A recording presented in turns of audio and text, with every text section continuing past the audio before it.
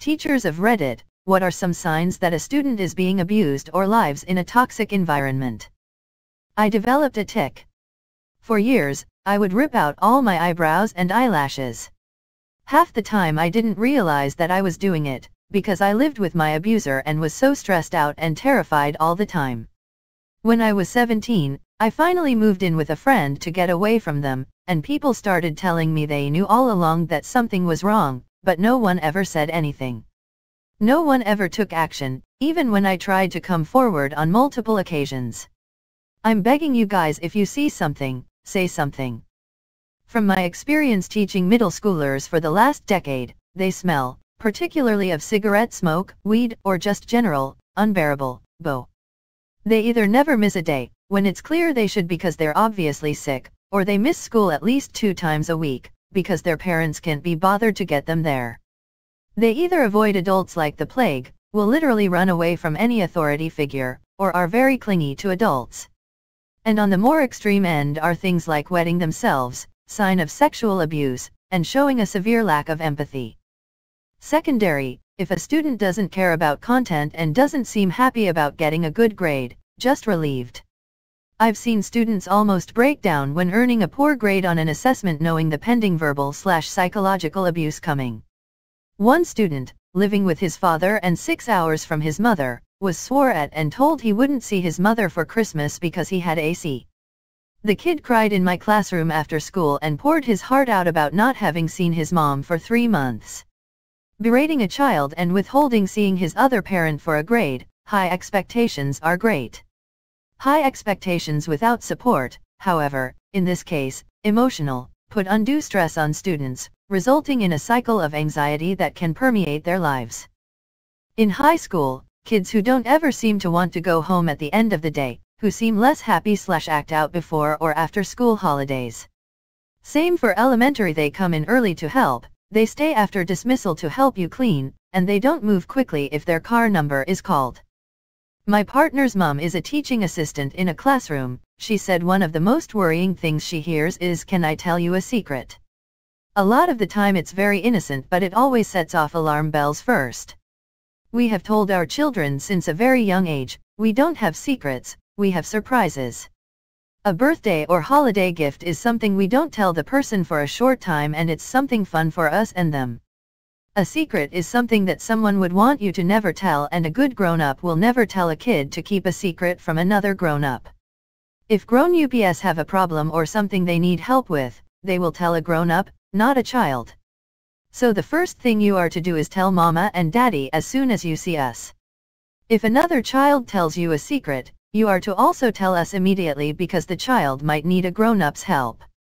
My mill frequently gets tattled on after telling the kids to keep the extra cookie or candy a secret.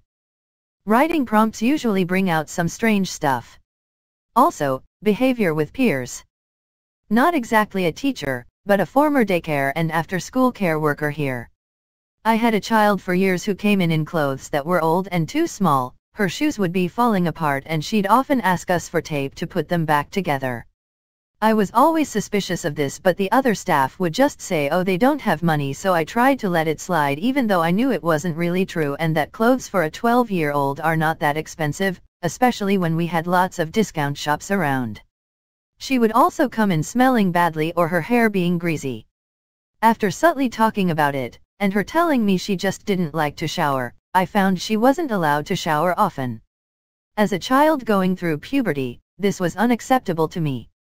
But again, the other staff brushed off my concerns. One day she started talking about the bugs in her room and I felt my intuition growing stronger about the situation. This was a clear case of neglect.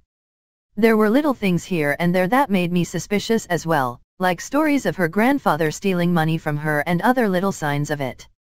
After being concerned for a long time, the thing that broke it all for me was hearing how she was given old, moldy food for lunch. I called DCF that night. A week later she started coming in smelling fresh and wearing new, clean clothes and new shoes.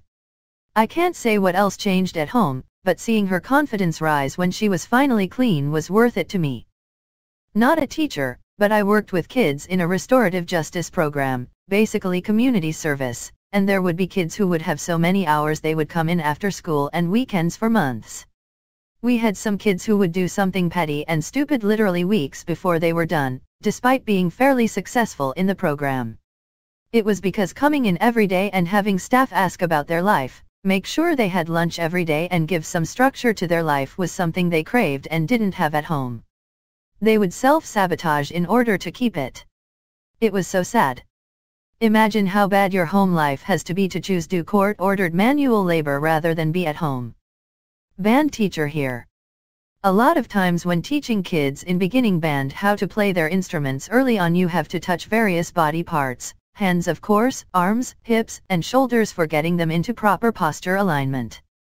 I always ask before I touch anywhere, is it okay if I touch your ______? Almost all kids say yes. I've had two that have said no. One was a student with autism and did not want to be touched, and the other turns out was being abused at home. It's not a guarantee of course, but often a sign.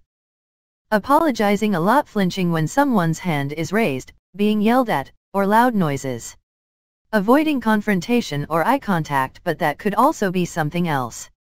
Willing to make a fool of themselves for attention. Acting out. Etc.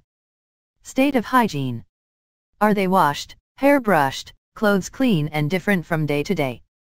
This has to somewhat be taken into context with the environment of the neighborhood, but even families who don't have many clothes will not want their children seen in dirty clothes at school. Kids don't like their hair brushed typically, but, if it is continuously tangled, even matted, it would, and has, raised my interests. Marks in places that can't be explained. Consistency in unexplained bruises or red marks. Many children who are sexually abused will deal with it by showing inappropriate love/affection towards their abuser, or teachers who are in line with their abuser, trying to always sit in their lap, hug them, kiss them. But, it has a different feel than the hugging most kids show. Just like it can feel different watching two adults hug if they are friends, or partners. They also tend to play with concepts that they should know nothing about when it comes to sex. Listen to what they say. I work with young children. They talk about everything if given the chance by a trusted adult and not pushed. If you are truly interested, there are child abuse recognition/prevention trainings available, if in the US, and I'm sure in other countries too. Early childhood and primary school teacher. Directly from experience, 1. A school with a uniform required all girls to wear dresses. However, one girl, Emma, refused to hem hers up. She wanted hers ankle length and could not be talked out of it no matter how much she was made fun of. 2. Same girl, ran round in circles saying Coke makes me drunk and acted as though as she was passing out, a little performance to her peers, aged 6 at the time. Her mother brought it to the teacher's attention because she never gave Emma Coke. 3. She begun puberty prior to 10 years old. 4. She would wake from nightmares and have these screaming headaches. 5. Came home with underwear that wasn't hers. 6. Last one, she one day king hit a man who was walking through the primary school. Turns out this man, the local priest of the Catholic primary school, was taking Emma out of class to do odd jobs. Teachers never questioned it at the time. Turns out he was taking her to the school hall, a tiny room near the stage, locking the door, showering with her and orally and vaginally raping her whilst giving her coke laced with a drug that made her pass out.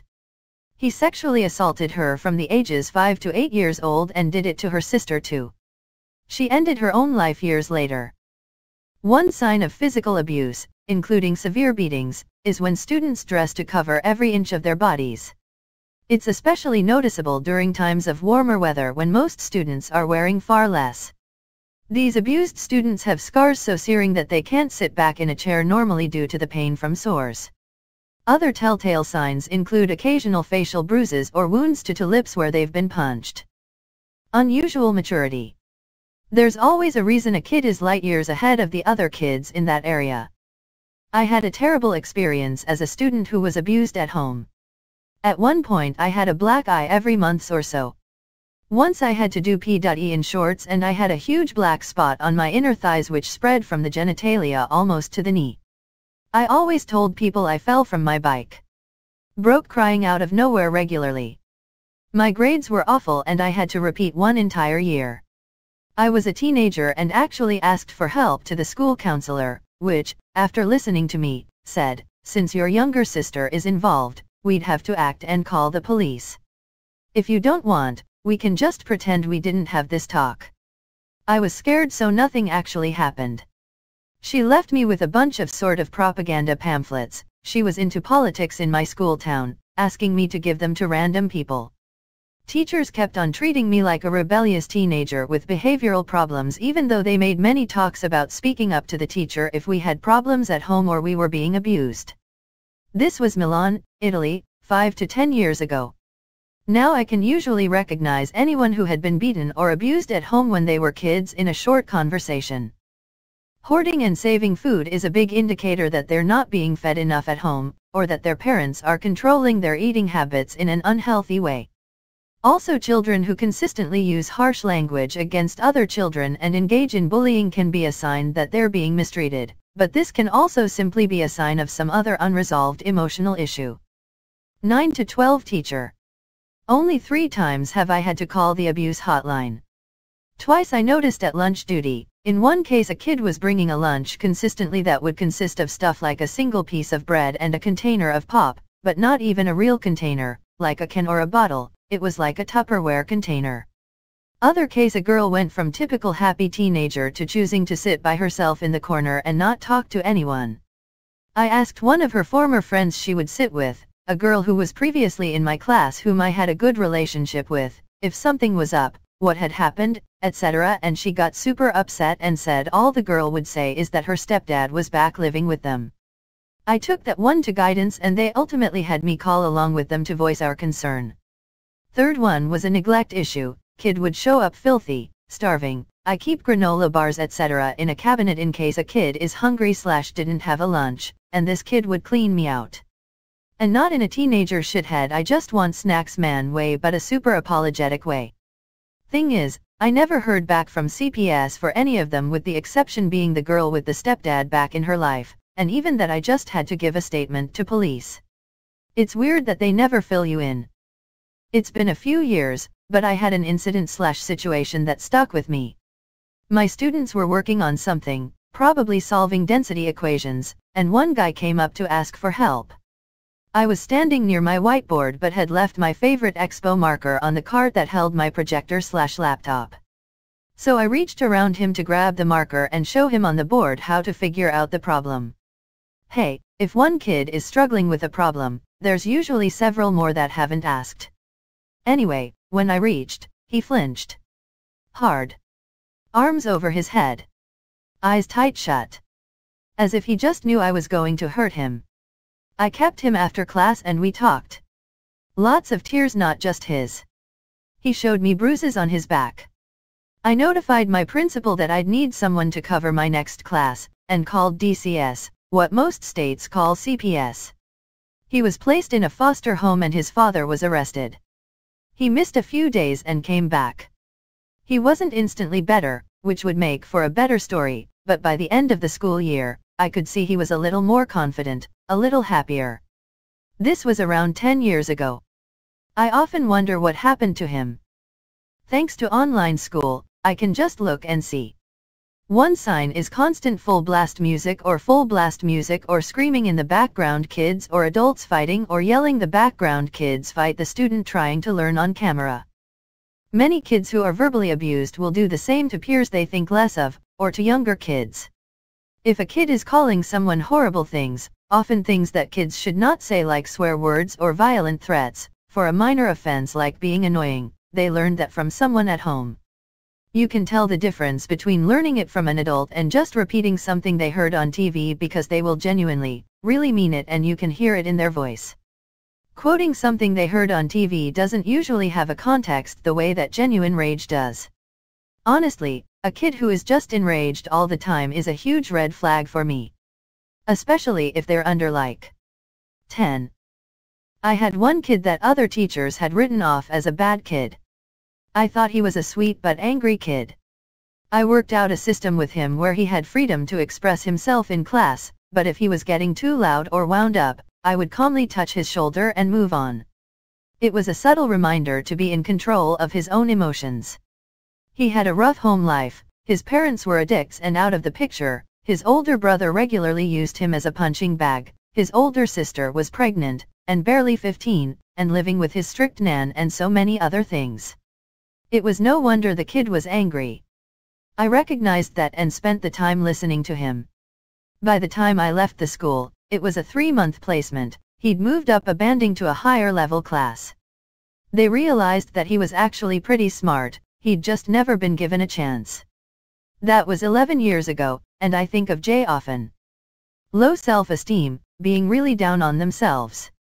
Unusual behavior towards adults or children of the opposite sex, including simulating sexual activity, unwillingness to change for PE lessons, stealing food, emotional outbursts, hiding details of their personal life, neglect such as persisting medical conditions such as nits, bad teeth, or eczema that's clearly going untreated.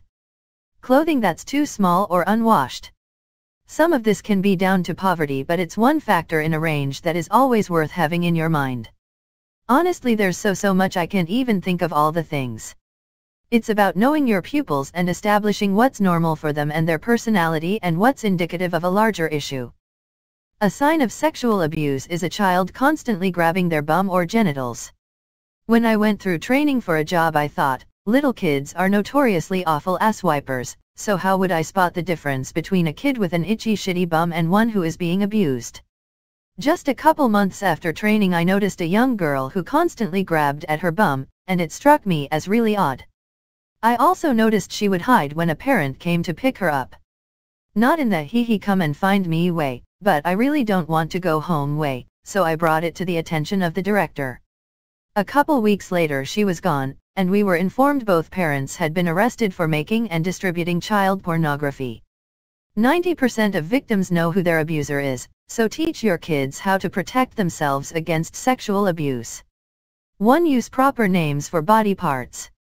Might sound weird to hear your 3-year-old shouting penis or vagina, but it's critical for children to know how to appropriately label their body parts. When it comes to investigation of a crime, there's no room for misinterpretation of he touched my penis vs she touched my cookie. 2. Teach them it's okay to refuse to hugs, kisses, and time around an adult or child. Little humans have gut instincts too, and we should respect it. Establish a code word they can use when they feel unsafe. 3. Teach them that respect does not mean blind obedience, and it's okay to say no to an adult/peer who asks for inappropriate things. 4. Be aware of any physical changes to their genitals, bruising, bleeding, etc., or difficulty walking/sitting.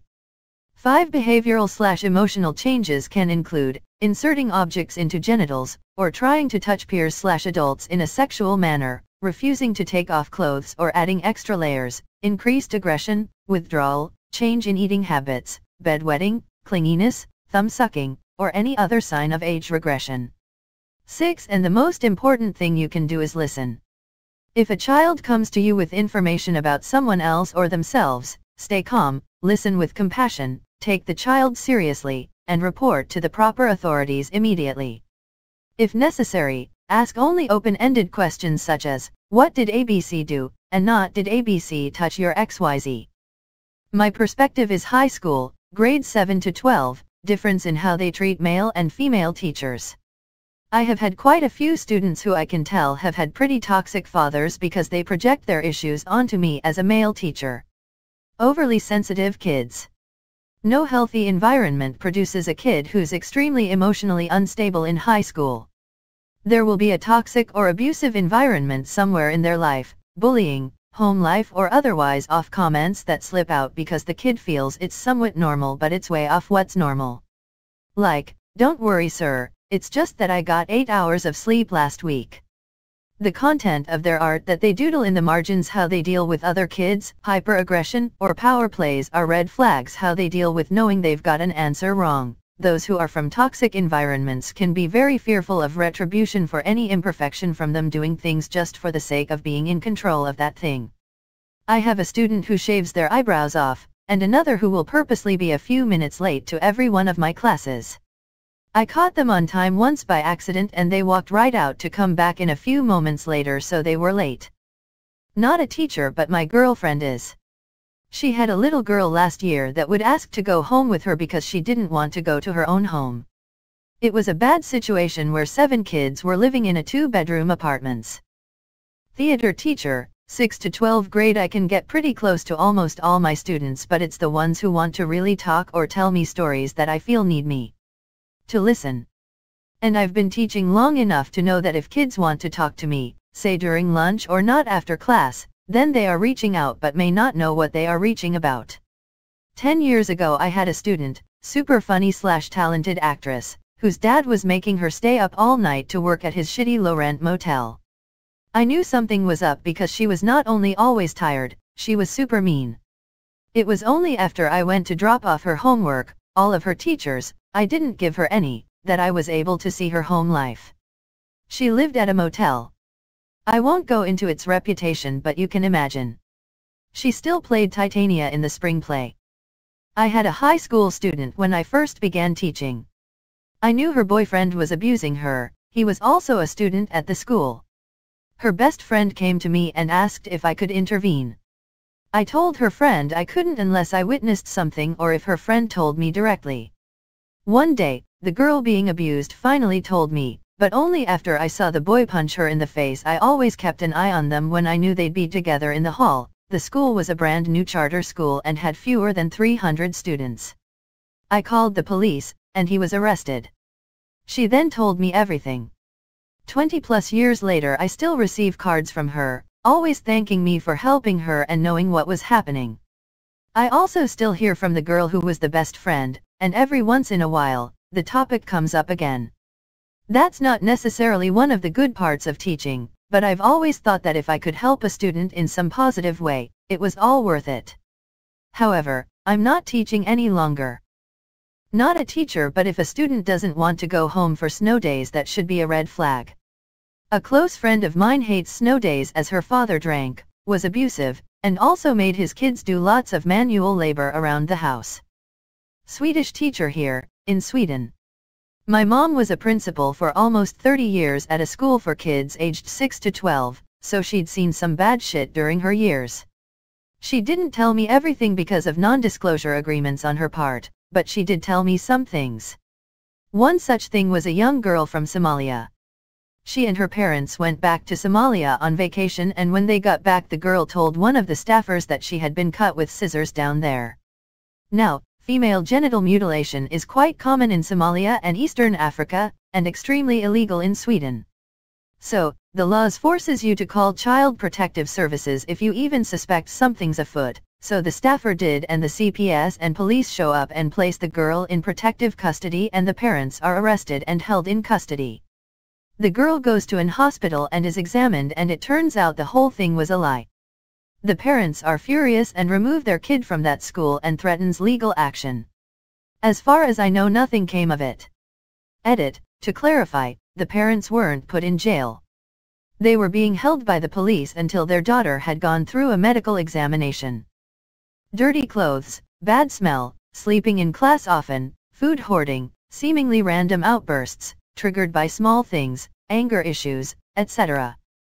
Some older students, particularly middle school and up, will find ways to indirectly tell us. Especially in writing. I had an 8th grade student accidentally leave a poem on his desk where he talked about being violated and how he wanted to end things. Thank God I had a planning, because I sprinted down to the counselor's office and said, essentially, you need to talk to this kid right the fuck now. He also low-key came out as gay in one writing assignment, and I pulled him aside to tell him he could talk to me about anything if he wanted. Sometimes all they want is to know an authority figure actually cares. Former abused kid, and I have some signs that you probably wouldn't think of: homework not being done or permission slips not being signed, because kid is afraid to ask, parents won't check, or kid doesn't have time in between everything else, hiding themselves behind art or storytelling. It might not even be graphic, just could you imagine somewhere far away from here and safe? Or characters with dark backstories falling asleep in class, not dressing for the weather, shorts in winter or long sleeves in summer, lying for attention or to save face. I lied that my dad was in the army growing up rather than admit I hadn't seen him in years due to his cocaine addiction. Reading all these makes me go, why didn't my teacher see the signs? Not a teacher but have worked a lot with abused/neglected kids. Sexually abused kids may behave very inappropriately for their age. Potty-trained kids may poop their pants habitually, or bedwetting for older kids. Promiscuity or other sexual acting out is common, since they've learned they can use their bodies to get attention. Lacking bruises or other marks, physical abuse has subtler tells. Always apologizing, or unwarranted aggression/bullying, are learned ways of dealing with a threatening environment. Defensive behaviors may be reflexive, like flinching when offered a high five. Neglected kids might hoard food or other things that bring comfort, and appear mature for their age. Emotional abuse has lasting effects on a person's ability to relate.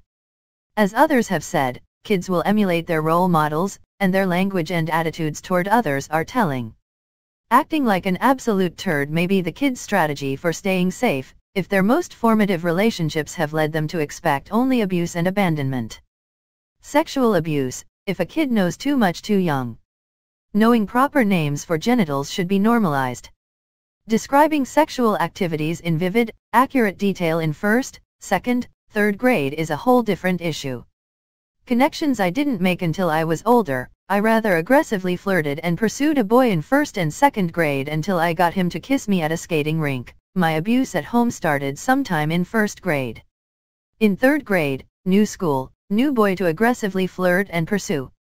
Drew several graphic scenes of a boy masturbating, a girl giving head, and them having sex. Some drawings were just genitals. Some were in school, never reported to home. In sex ed, 5th to 6th grade, I knew the answer to everything, literally. I would ramble about things beyond the scope of class and it was brushed off as oh not everyone's parents have talked to their kids like yours have. Let's keep things simple for the sake of the class. It was an older brother abusing me, my parents didn't know. I've always had unhealthy relationships with older men. I would flirt hard with every male teacher, beyond the usual MS/HS girls having a harmless crush, and older male authority figure in general, since early elementary. Fantasized about having sex with them. Wrote in a diary about what I wanted to do with them. Starting when I was 7. So yeah. Don't brush things off. If it feels wrong, look into it. Ask a colleague or school counselor for their thoughts and help if you need to. I was terrified to ask for help because I'd been threatened about what would happen if I did.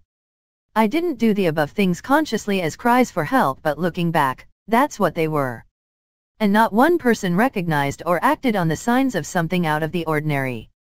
Not a teacher, but I did a short course on the signs of abuse a couple years ago when I was a reliever in an early child care center. Something I remember from the course is that children have an area referred to as a triangle of safety. Roughly, and from memory, it includes the inside of the mouth, the cheeks, around the ear and the neck. Any cuts, burns, or bruising etc. in this triangle should be investigated. I recommend looking into this further if you are interested. I am just doing my best with what I remember. From the side of neglect as a kid. My mom never physically or mentally abused me for the most part. Just straight up neglect. She would lock herself in her bedroom for most hours of the day milking Medicaid, food stamps, and I think SSI. There was food in the cupboards, but there was no love in the house. I had a hard time showing emotions, and understanding what is a fun way of playing around, and what is inappropriate. I lashed out in anger a lot, which took years to control. Then I swung the other way and became extremely shy when I wasn't being bullied in school. By 12 I had learned how to cook and clean after myself. I had no friends who weren't in special ed. I had no personality or drive, just the willpower to go to school to get away from home. Then I got an afternoon paper route to make some basic income for myself. My mom saw what I did, and got like 5 routes of her own, but voluntold me to do them and she kept the $1. Then she got a super early morning route when I got into 9th grade, and forced that on me too. I was falling asleep in first period and failed class. Whenever I would tell her no, I would be abandoned wherever I stood up to figure out my own way home. Eventually I got an okay job for being a high schooler, and gave up my route. My mom still volunteered me to do routes, even if it make me late for work. Eventually I stood up again, but was denied rides to work. I trudged in Iowa blizzards to my job with subpar thin winter clothes. I had zero self-esteem by the time I graduated. My mom died last year. Her birthday is next month. I plan on posting a nasty therapy letter I wrote to Slash about her publicly, just so I can still feel like I control of my own life. I doubt my story is helpful, but I hope it can lead to signs to others in my predicament. I can also try to answer questions when I wake back up. Not a teacher but a former abused kid who no one saw. I was really angry as a kid. I wouldn't hit or bullied anyone. Actually, I was also bullied. I had problems concentrating in class, and once in second grade my teacher took me outside to talk and I told her how I was so angry at so-and-so I want to throw an exe at them, at 7 yo guys. Also, I once didn't do my math homework at 4th grade and the teacher said she'd have to call my mom and talk to her, and I started crying my soul out. I hate crying in front of PPL, and saying how she would kill me, so the teacher finally broke and said she won't call my mom, but she also did nothing. If a kid is that afraid of their parents, believe them. I keep thinking, what if someone would have asked me? Just ask, maybe I could have said something. Maybe I wouldn't have to go through all of it and end up where I did now. Maybe I could have had somewhat of a normal life. But no one ever did, so I guess I'll never know. I volunteered at a preschool daycare for kids in rough situations. A thing that always stood out to me was how typical childhood pretend play acting seemed off. For instance, when playing house, one child would place a toy phone in his waistband similar to how a person hides a gun, and when he got upset he would take out the toy phone and place it against another child's or teacher's head like a gun. The other notable behavior would be how they responded to male teachers. When playing house or family, some boys would be extremely protective of the female teachers or girls from the adult male teachers. This thread is too much for me. I don't understand why a grown-up do such things to innocent kids. I'm not a teacher, but I can give you the answer from the abused child's perspective. Me and my siblings grew up in an extremely violent, abusive household, and we each reacted differently. We were also sexually abused by a male family member. I was extremely sensitive and withdrawn as a child. At elementary school, I struggled to form friendships and kept myself to myself. I would often hide in the restroom during recess as I had a fear of interacting with others. I would cry a lot, especially if I made a mistake at school. I was labeled as shy, but in actual fact I was just terrified of the world and traumatized. One of my sisters, on the other hand, was pegged as a problem child and a bully as she was aggressive to other children and struggled with authority. She had frequent angry outbursts at school and was unable to regulate her emotions. She would swear at other students and teachers and use inappropriate adult language.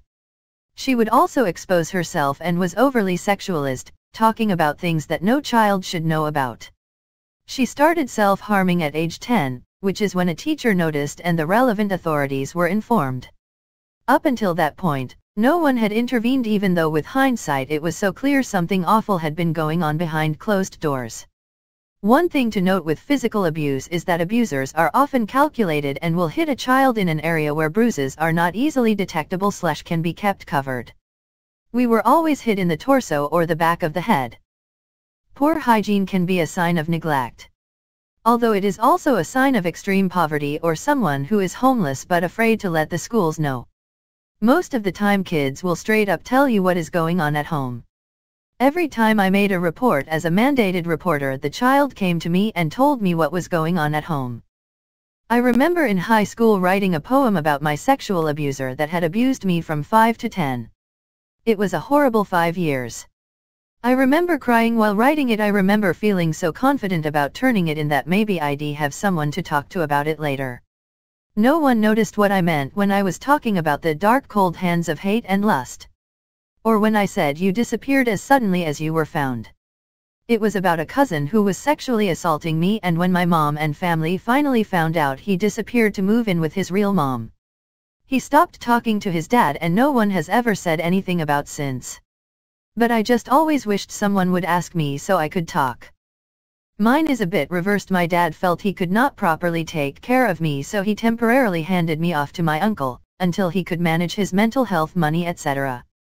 But my uncle instead abused me and beat me regularly. I would go to school with my lips and nose busted, bruised and beaten, and my teacher would not only ignore it but get me in trouble for the smallest things just so she could see me in trouble. Sorry, I just needed to vent somewhere. For reference, I am a black male and this stuff happened during 2017 summer and up until late 2018, and of course it took until 6th grade for the principal to notice and finally sent CPS, who mind you would have left me with my uncle had my grandma not volunteered.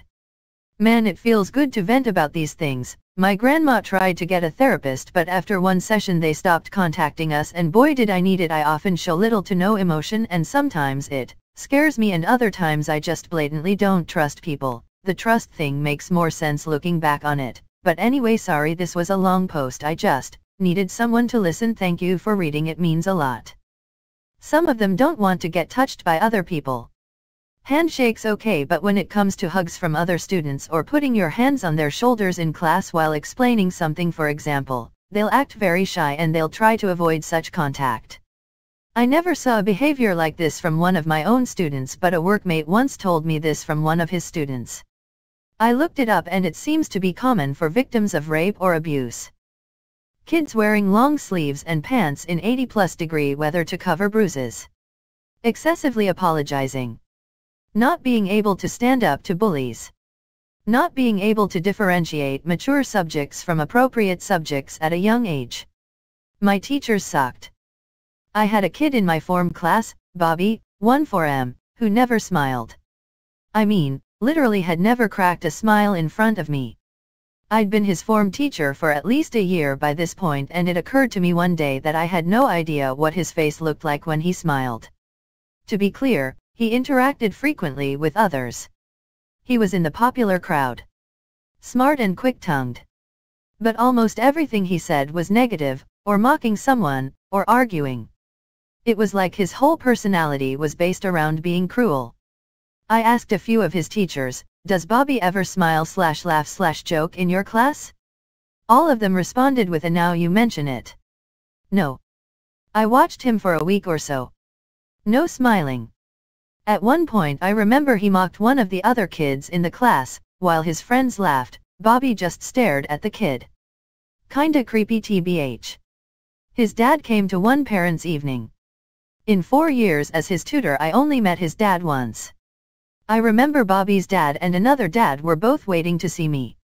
I had less to say to the other kid's dad, so I let him go first, to get him out of the way tbh. Bobby's dad kicked off at me for asking him to wait. I was suggesting waiting 2/3 minutes, tops. I put my foot down, but Bobby's dad was not happy at all. And when I finally called him to my table, he stared me out through the whole interview. Quite scary tbh. I eventually spoke to my senior pastoral teacher about the lack of smiling, and she said she was going to look into his home life. Unfortunately, that's where it became a need-to-know situation, and I never found out if anything was actually amiss. One that I've only seen once in my career, but was a HRMMM. This is weird thing about a kid was that they would stare off and completely zone out, for minutes at a time. Could be during work they want to avoid, yes, but also during universally fun things like Christmas concerts or while outside playing during recess. It was so bizarre, I wondered if they were having seizures at one point. Turned out, this child had PTSD symptoms from watching her parents physically and verbally fight before they separated when the child was 6. I had to relinquish all control of that one to the school psychologist, who was wonderful, but I don't know the details, because my husband worked with one of the parents. My ex-wife teaches kindergarten. She attended a mandatory child abuse awareness seminar each year. One key takeaway: if a kid's clothing or backpack reeked of something that smelled like cat urine, chances are their home was a meth lab. Lo and behold, school started last year and she had a kid whose backpack positively reeked of cat piss. My ex dutifully filled out paperwork, sent it up the chain of command. A social worker and a SWAT team paid a visit to the kid's house. They found a house overrun with cats, a crazy cat lady mom and the kid. Not a teacher, but I once had a guy who flinched anytime someone came to grab an object near him. He was our class monitor, and every time someone came to get the duster from him, he flinched. Someone played tag with him, he flinched. But the worst case of something like this was when I was in college 2018. A girl, let's call her Gwenda, began crying uncontrollably because Professor Chandra pointed a finger at her and told her to pay attention. A week later, her mom was arrested for raping and abusing her daughter. Teacher here just chiming in. Location matters a lot with this. While all this is good advice and as a teacher you should keep your eye out for, take note of your school and the area you teach in before making any judgments. For example, you're teaching in a rural part of Vietnam, some kid hasn't done his homework and is asleep in your class. This is happening a lot. While this is normally a huge red flag in the West or built-up areas, there's a very high chance that he didn't do his homework and is asleep in your class because last night and this morning before school he was working on his family farm trying to help support his family. If he falls asleep, you let him sleep. He needs it. I now work in a very highly held academic part of Tokyo and I have some kids fall asleep in my class. Look into their home life and find they go to 2 or 3 different schools on top of ballet, swimming, piano, some sports, weekend classes or juku. You let those little guys sleep a bit too, they really need it. Wife says a couple of kids' parents refuse to turn on their webcams for lessons. So she literally has 2 kindergarten-aged kids she's been teaching virtually for 2 months. Never seen them, not even a pic sent to her. She says given other limited interactions with the parents it seems like lots of red flags on this one but no real protocol yet as to how to find them help or just confirm everything is cool at home. Not a teacher, I was abused by my dad before and after my mother died. It wasn't even a secret, the teachers all knew. There was never enough proof to call the authorities and school politics meant nobody wanted to be the one to call it out. I stayed until the library closed most days, always volunteered for parent-teacher meeting despite never having a parent show up for me. I went through a period of not feeling safe enough to sleep at home, so when I got to school I passed out for a few hours, I was never woken up or shouted at. When my mother died, they expected me to stay home for a few weeks. I was back in the next day, nobody said anything. The night she died I was supposed to perform with the school orchestra, I still went and played. My form tutor gave me the biggest hug. When she was off ill with a collapsed lung I was inconsolable. I couldn't cope without her. I jumped at being called on, like visibly flinched. My weekly journal was never signed, but I didn't get punished. There were days I would turn up at lunchtime, it happened often. My dad had days off from work and I would be his punching bag. The signs are always there, you just have to connect the dots. And speak up, please. I promise you that it's better to say something and have it be a fluke than ignore the suffering really going in. Listen to how they talk about themselves. Most kids who are just insecure will parrot off things their loved ones say about them. My mom says I have beautiful eyes, but kids who don't hear that stuff will either say nothing or say very demeaning things about themselves. Also on a sexual abuse side, listen to the words they use. Sexy, hot, or even things such as I have a beautiful tummy / legs / etc. And also when you compliment them, their reaction says a lot. Their refusal to believe, or eagerness to please you once you compliment them for further compliments says a lot. Not a teacher, but a student.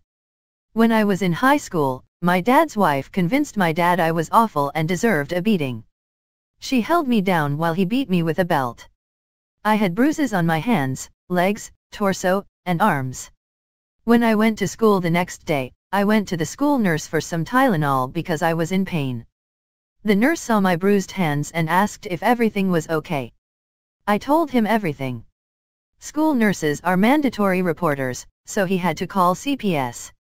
They visited my house and spoke to my dad and his wife, who lied to them and said I must have punched a wall because I was angry.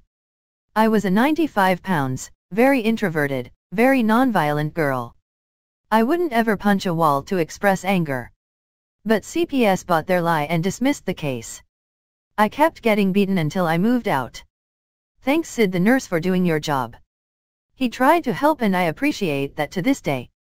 Typically the child will be afraid to go home. Especially if they have a bad day. They may look for reasons to stay later at school, the safe space, such as getting in trouble and receiving weeks of detention and weekend detention. Think Bender, from Breakfast Club. If you approach and they flinch, they are afraid of adults doing something.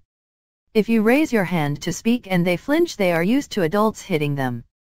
If they flee from an altercation with you as a teacher, they are used to arguments leading to violence against them. When a kid asks to stay after to talk to you, you drop everything and listen. It is hard for them to open up sometimes. If they trust you enough to share, then you need to be a safe place and willing to be an advocate for them. I have had many students ask if they could just talk for a minute, especially my high school students. It reminded me what was really important, the physical and mental health of my kids. I have taught secondary ESL for over 7 years. It is a hard adjustment for them to navigate not just high school and difficult life situations, but also to do so learning new cultures, customs, and language. My advice to all teachers: sit down and listen. We never really know what our kids are going through. I was a student in a very shitty area. One day, this kid comes in covered in bruises and is complaining of even more pain. His leg was slashed open by his parents and they tried to make it stop with a dirty sock.